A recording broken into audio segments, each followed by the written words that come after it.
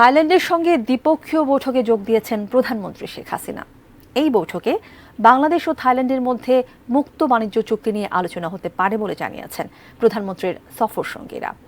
এর আগে ব্যাংককের স্থানীয় সময় সকাল 10টায় থাইল্যান্ডের প্রধানমন্ত্রীর কার্যালয় গভর্নমেন্ট হাউসে পৌঁছলে বাংলাদেশের সরকার প্রধান শেখ হাসিনাকে লাল গালিচায় সংবর্ধনা জানান থাই প্রধানমন্ত্রী শ্রেথা থাপিসিন। এ সময় প্রধানমন্ত্রী শেখ হাসিনাকে গার্ড অব অনার প্রদান করে থাই রাজকীয় বাহিনীর একটি সুসজ্জিত দল। পরে গার্ড পরিদর্শন করেন প্রধানমন্ত্রী।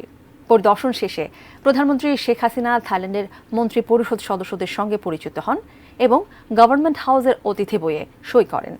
পরে একান্ত বৈঠকে যোগ দেন দুই নেতা। পররাষ্ট্রমন্ত্রী হাসান মাহমুদ জানিয়েছেন, থাইল্যান্ডের সঙ্গে দ্বিপক্ষীয় বৈঠকে দুই দেশের স্বার্থ সংশ্লিষ্ট ও আঞ্চলিক নানা বিষয়ে আলোচনা হয়েছে। এছাড়াও বাংলাদেশ এবং থাইল্যান্ড সরকারি পাসপোর্টধারীদের জন্য ভিসা অব্যাহতি সংক্রান্ত একটি চুক্তি, শক্তি সহযোগিতার বিষয়ে একটি সমঝোতা স্মারক এবং সম্পর্ক সম্প্রসারণের জন্য পর্যটন খাতে সহযোগিতা ও শুল্ক সংক্রান্ত পারস্পরিক সহযোগিতার বিষয়ে আরও দুটি সমঝোতা স্মারক স্বাক্ষরিত হওয়ার কথা রয়েছে।